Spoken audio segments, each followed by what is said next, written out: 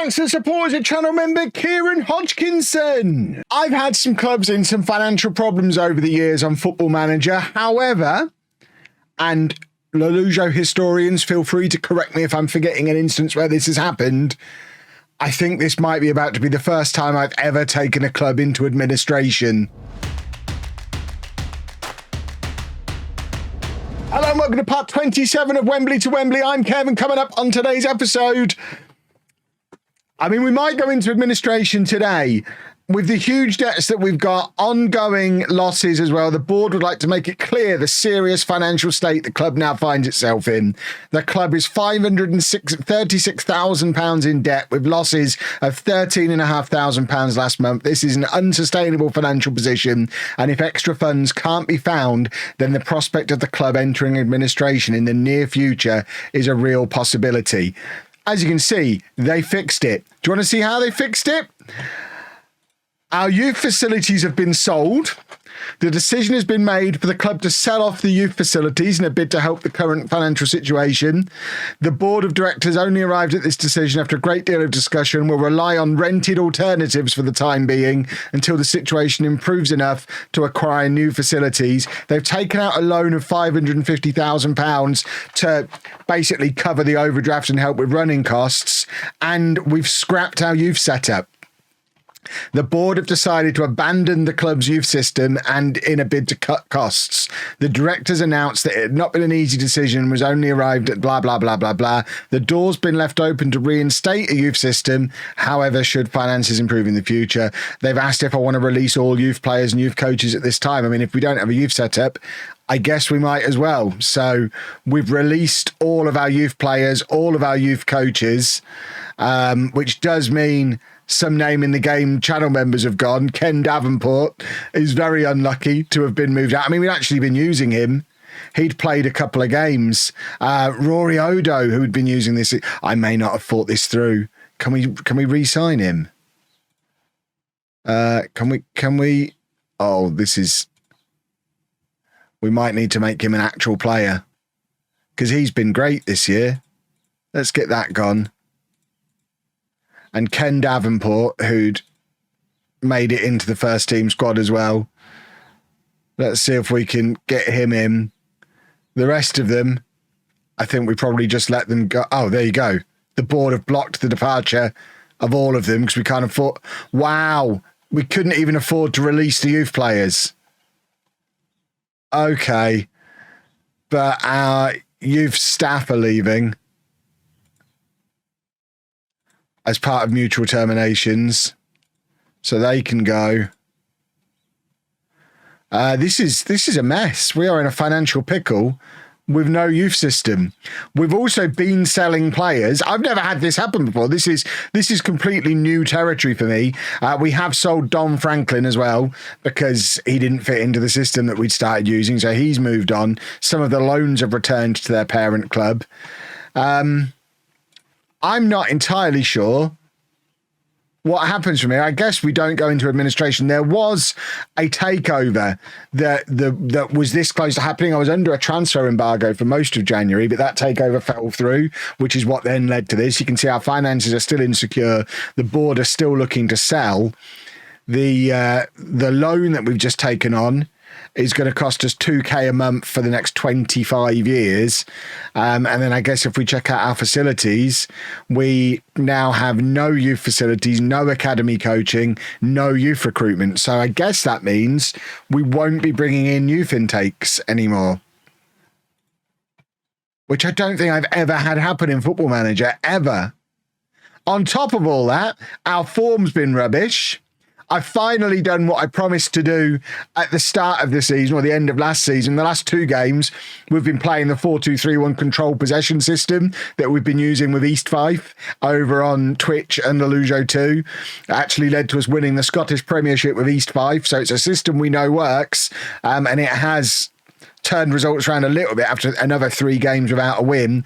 And this is where we find ourselves. After all of that disaster, we are still fifth. We're still in the playoffs. We're only 6 points behind Rayners Lane, who are top of the league, and we play Rayners Lane in today's episode. So we could end the episode top of the league.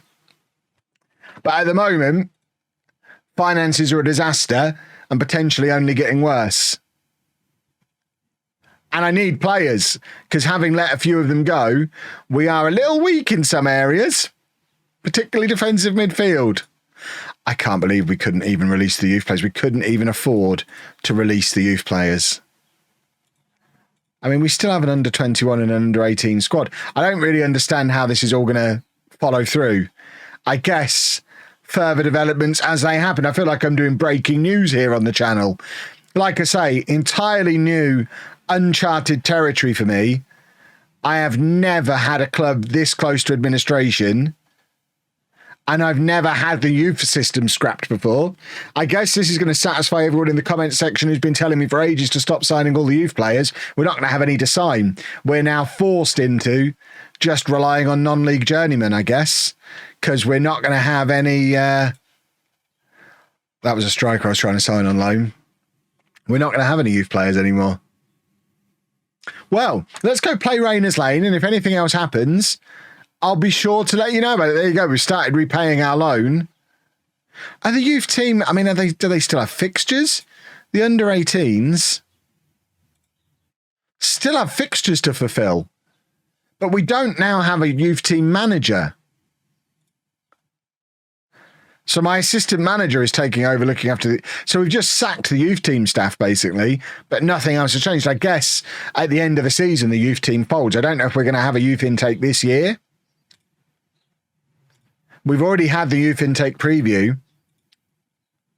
I have no idea what's going to happen from here. This is fun. So it's time to put all that out of our heads for the time being and play a football match. Did I mention as well, Anton Canerva's broken his arm, so he's going to be out for a little while. But this is the team. It's Banda in goal. A back four of Chadder, Sinnott, Wood and Gray. Kosoko and Martin in midfield. Ever the returning Russ Eddy. Russ Eddy has a spot in the team again and is starting to do Russ Eddy things again. So that's nice. Odo on the right and then Bayliss up front on his own. We don't have enough players. We have let so many loans expire and sold players. We need to really make some transfers and bring some players in. I don't really know if it's the right time for us to do that, but the most important thing is that we go out there and we win this football match, because the best thing I can do as the football manager to help us out of this financial pickle is to start moving us up the leagues. It makes us more attractive for potential buyers, but also does things like increase attendances, increase prize money, increase sponsorships. So if we want our youth system back, I have to earn it back by moving us up the league. It'll be interesting to see at what level we get offered that back, knowing how rough finances can be all the way up potentially to the Football League. We might be doing 10 years without a youth setup from this point on. I have no idea how it's going to work, because weirdly, my director of football, who's set to hire and fire all of my staff, has just hired a new under-21s and under-18s manager. The under-21s new manager is William Worry, who you might remember from a couple of years ago was playing for us in midfield. He's now returned as our under-21s manager. I wasn't even able to stop it. The director of football just made it happen. So the youth staff who were sacked have now all been replaced. We still have a youth team. They're still fulfilling fixtures. We just don't have anywhere those fixtures are happening. I mean, I don't really know what separate youth facilities we had, because we've still got our stadium that we play at. So where were the youth team playing before? That seems extravagant, having separate youth facilities. But we've won a penalty here against the best team in the league, Rayners Lane, and this is important. It's going to be Bayliss from the penalty spot, and he scores. This is what we need. We need to win football matches. If we can win football matches, none of the off-the-pitch stuff matters. I'm the football manager, not the finance director, not the chairman. I am here to win football matches and get this football club promoted. So as long as we can do that, the rest of it doesn't really matter. That's none of my concern. Let the chairman worry about all that stuff. We're just going to win football matches and get promoted. We've got to rally together. We've got to use this to rally together and drag ourselves up the Football League now. Right, Odo to Gray and now Kosoko. Back to Wood. Let's grab ourselves a second. Look at this. We're knocking the ball around like Brazil. This is controlling possession, boys and girls. We did give the ball away very easily there. That wasn't really controlling possession. But Martin from range to Everett, and Bayliss is there, and there's your second. And we're playing good football. Josh Bayliss has 12 goals this season now. And I mean, maybe I should have been a man of my word in the summer, because if we'd have been controlling possession all year, maybe we'd be top of the league, because we certainly seem quite good at it. It's almost like if you just do the opposite of what everyone else in your league is doing, you stand out a bit. And I guess everyone down here is trying to do direct wing play kind of systems. No one else is going to be trying to control possession and playing with a sweeper keeper. So I guess because of that, we are going to confuse teams at the very least. I'm not saying we're just going to go and win every game, but we're going to be playing a style of football that the opposition aren't used to playing against, and that's got to be a good thing. Maybe we can gegenpress at this level after all. This is like the reverse gegenpress. It's low tempo. I don't like low tempo at all, but we're doing it, and we're 2-0 up against Rayners Lane, so we can't really complain, can we? 3 points behind them as it stands, nicely still in the playoff spots, which, after everything that's gone on off the pitch since the last episode, is insane, really, that we are still very much in a promotion race, because we shouldn't be. We're having a financial meltdown. Right, BT's going to come on and play as the attacking midfielder in there. Every player, every fit player with a pulse at the club is on the bench today. So I think we probably do need to promote some of our youth players into the first team, maybe recall some loans, or now we've got a little bit of free wage budget again, maybe bring in some more players. I mean, the one thing that the board didn't do as part of all of their taking matters into their own hands, they didn't actually reduce my wage budget. So we do have probably about £100 a week spare in there. And I think there probably are players in some key positions that we need. Midfielders, certainly. We are very light on midfield players, especially with the ones that we brought in on loan earlier in the year being returned to their parent clubs because we weren't using them enough, mainly because of the change of system. I mean, I think he was called Bell, Chris Bell, who came in and was able to play attacking midfield, centre midfield, right wing. Now we're playing with an attacking midfielder again. He'd fit right in. Dom Pearce, who we let go because we just weren't using him, would be a nailed-on starter in this formation. So it is a little bit of a shame that we didn't arrive at this a little bit sooner, but we're here now, and it seems to be working. Let's make our final change there. And at 2-0 up, having had 60% possession, we're going to get promoted. Huzzah! I wonder what other financial disasters will happen before our next match. Right, Odo scores. It's 3-0. He was this close to being released this week. If it hadn't have been for how poorly... he's offside anyway. If it hadn't been for how poorly our financial management had been done, if we had any spare transfer budget, he would have been released. But I overspent to such an extent we couldn't even afford to release him, so I guess it's for the best. But there we go. We've just beaten Rayners Lane. That's the most comfortable we've looked in an in-episode match in as long as I can remember. Long may it continue. Let's beat Broadfield United. Let's get ourselves to the top of the league. Goodness me. Well, after that performance, obviously we're unchanged for the Broadfield United game. We have brought a new player in, Sam Smith. Has joined us on loan from Romulus until the end of the season. He's a striker who's only scored 3 goals so far this season, playing... he's at our level. Okay, so... I mean, he's not played. He hasn't started any matches, to be fair, but he can also play in the attacking midfield position. We just needed an extra body. With Canerva being injured, we put BT on the transfer list because he's just old and he's scored like 3 times all year as well. We just needed another body in. What we also need is a result here today. As you can see from the league table that was there before, Broadfields are just below us in the league. A defeat today, and we will drop out of the playoffs. A win today, and we reinsert ourselves back into that title race that we haven't really been a part of for about 4 months at this point. Remember 8 or 9 games into the season, we were top of the league and we thought it was all going to be great this year. It feels like a different world that we're playing in now. Kosoko's given the ball away there, and that's poor, and it has left us in trouble. But Gray is across to cover, but just tackles it straight into the path of the onrushing player. Sinnott tries to get the block in, but can't. And Banda is beaten from the edge of the area, and we're 1-0 down. That is not the best start to the game, and this was calamitous defending all round, really. We've let them get in behind us, but that tackle there Sinnott's got to do better. Gray's done well to take the ball off. I mean, in an ideal world, he doesn't kick it straight into the path of an on-rushing attacker, but Sinnott could have been there to cover and wasn't. But this is not ideal if we lose here. We're going to demand more early on, and we need to drag ourselves back into this game. Weirdly, despite us trying to control possession, we've only had 42% of it today, so I wonder if Broadfield United are trying to do a similar thing and maybe are just a little bit better at it than we are. Perhaps not everyone at this level is trying to play the hoofball that we've been trying to play for a number of years. Kosoko getting the tackle in, but once again, the tackle just puts it into the path of the opposition player. And it's happened twice there. Why are we just tackling it to our opponents? Oh, that's frustrating. I don't know what Wood's done here either. 2-0 down.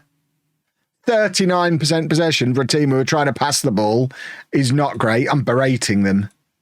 We're going attacking. I'm berating them. Maybe this controlling possession lark isn't going to work out after all. Although, to be fair, they've scored 2 goals off of an XG of 0.3. It's been 2 defensive errors. I don't know how much of it you can put down to what we've done tactically and how much of it is just tier 9 nonsense. Because you get tier 9 nonsense. We've talked about it before. On any day, any team in the league can win 6-0 or lose 6-0. And sometimes it's just the luck of the draw when it happens. And that might be all that's happening today. This is our 4th game playing this system. The other 3 we've played really well. So I don't think we throw the baby out with the bathwater just yet.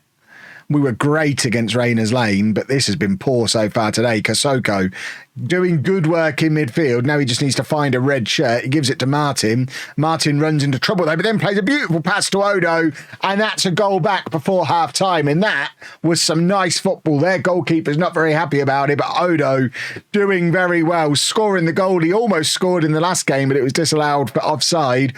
This time he does keep himself on. That's great work from Sean Martin as well. And that's 2-1. And we're right back in this. We're actually ahead on XG. If we can cut out the defensive nonsense in the second half, we've got a chance to drag ourselves back into this one, because match stats wise, we've been the better team so far today.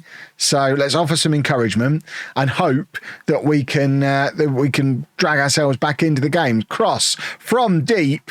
Bayliss was lurking around the goalkeeper but couldn't. He's a big boy, but him with just his head isn't quite as lengthy as a goalkeeper using all of his limbs as well. Martin back to Kosoko, and now Russ Eddy, who's been quiet today but plays it into Odo. There's Bayliss. It's a good save, I think. It might have hit the post. It's back into Bayliss, but he can't get any proper purchase on it. It remains 2-1, and Broadfields are actually trying to get a counter-attack going here, but they're offside, so we don't need to worry about that. And, we've looked lively again at the start of this second half. We need a goal. We need to drag ourselves back into it. If you look at the XG, we have been the better team by a long way. But apparently XG doesn't count for points, and Kosoko has given away a penalty. And once again, it's an individual error. We've had 3 just balls ups. If Banda can make himself a hero here, that would be very handy. He can't. It's 3-1. I'm berating them again the next opportunity I get, because we've got to cut out the silly little errors. We're up to 57% possession now. So we are actually, after a dodgy start, starting to play our game. But it doesn't really matter if you're losing by 2 goals, does it? How you're playing. All that really matters is the score when all is said and done. And at the moment, we're behind. And that's not ideal. I've just realised my right winger's wearing the number 11, and it's very offensive to me. Obviously, number 11 is what left wingers wear. We all know that. Kosoko to Odo. Right, Odo's doing well here. Can he find the cross? He does. It's Everett, and his header goes wide. Ah, dear me. Come on, gentlemen. What have we got on the bench? We've got the new boy Smith. We've got Beattie. They're probably the 2 attacking changes we could make. I think we have to try Smith out, don't we? So Smith is going to come on. He likes to be a pressing forward. I'm sure he does. Kosoko's had a poor game. We don't have anyone who can come on for him, though, because we're just all out of midfielders. Well, there's not a lot. We need players. We've got to do some transfers. We've let this squad get a little bit too thin, I think, and we need to go out and get some players, or maybe try some youngsters in this team, because Kosoko has not had a good game today, and we do have some young defensive midfielders that we could use, so it might be time to start using them. It's not too late to drag yourselves back into this game if you want, chaps. Gray wins the ball back. Odo trying for the cross. He's won a corner. Right, this is an opportunity. We're good from set pieces. Bayliss is a big boy. We've got some big boys to come forward from the back as well. So we took Bayliss off as the corner was being taken. So we lost our big boy there and didn't even get to see the corner happen. That's not ideal, is it? Right, Wood's not played well, so Drakos can come on for him. And then we may as well just change a fullback. We'll take Chatter off and Donovan can come on for him. And I mean, I didn't expect to get anything out of today's episode. So the fact we've come out of it with 3 points, we might even get back into it properly. Jacob Donovan has his first ever goal to make it 3-2. There's still 15 minutes to go in this game. Go very attacking. Demand more again. I mean, as I was saying, I didn't expect to come out of today with anything. So the fact we've got 3 points, I guess, is a bonus. If we could make that 4 points, that's a double bonus. And I think we are, on the whole, playing quite well with this new system. It's going to take some time to settle into properly. We weren't even training it before we switched to it. So it's been dropped on them completely out of the blue. And we only have 2 defensive midfielders at the club. So there is stuff that needs tweaking, but as a theoretical thing, it seems to be working. Now we just need to put the theory into practice for the rest of the season and then see what happens with the finances, with the takeover, with the youth setup when the season ticks over, because presumably that's when all the changes that have been announced will actually go through, because although we've scrapped the youth setup, like I say, they are still playing matches at the moment, so none of them were released, the staff were all replaced, and the matches are still being played. So all we seem to have done is we've sold wherever they were training, the car park of the stadium. I don't know. We still own the stadium. We just don't own the youth facilities. We still own our training facilities as well. So I don't really understand what we've sold, and we didn't seem to get any money for it either. But Russ Eddy with the chance for a late equaliser. It's Kosoko. For goodness sake, he's had a terrible game today. That just summed up his performance there. Well, we came close. We've played well in 2 games. If we play the way we've played today for the rest of the season, we'll get promoted. But of course, we know because of consistency at this level, that's not going to happen. We can't play that way forever. It will just be random. But, we'll see what happens, I guess. How many games have we got left? Not loads. So we'll probably just come back for the last couple of the season now. And then the playoffs, presumably. It's a tall order to drag ourselves back into the automatic race. If we do, we'll obviously come back a little bit sooner. If you've enjoyed that, please make sure you leave a nice big thumbs up on there for me. Subscribe to the channel for daily Football Manager videos. And thank you very much for watching.